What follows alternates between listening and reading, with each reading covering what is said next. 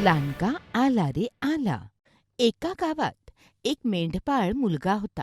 त्याचे नाव सदू. तो आपल्या मेंढ्यांचा कळप टेकडीवर ताज्या हिरव्या गवतावर चरायला घेऊन जात असे. तिथे बसून त्याला दिवसभर काहीच काम नव्हते. एके दिवशी त्याला एक कल्पना सुचली. कंटाळा दूर करण्यासाठी तो ओरडला, "लांडगा आला रे आला." आजूबाजूच्या लोकांना वाटले खरंच लांडगा आला. म्हणून सगळे लोक आपापल्या काठ्या घेऊन धावत आले. परंतु त्यांना लांडगा दिसला नाही. त्यांची फजिती झाल्याचे पाहून सदू हसू लागला.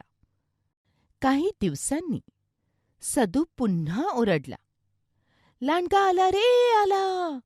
ते ऐकून गावकरी पुन्हा टेकडीवर धावत आले.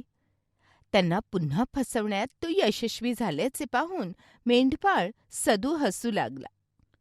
मात्र यावेळी गावकरी चांगलेच संतापले आणि त्यांनी पुढच्या वेळी मदतीसाठी आरडाओरडा केल्यास ते येणार नसल्याचे सांगितले. दुसऱ्या दिवशी मेंढपाळ सदू मेंढ्यांचा कळप चरत असताना त्याला अचानक एक लांडगा दिसला. तो मोठ्याने ओरडू लागला, "लांडगा आला रे आला, लांडगा आला रे आला." सदूचा आवाज ऐकून गावकऱ्यांना तो पुन्हा खोटे बोलत आहे असे वाटले.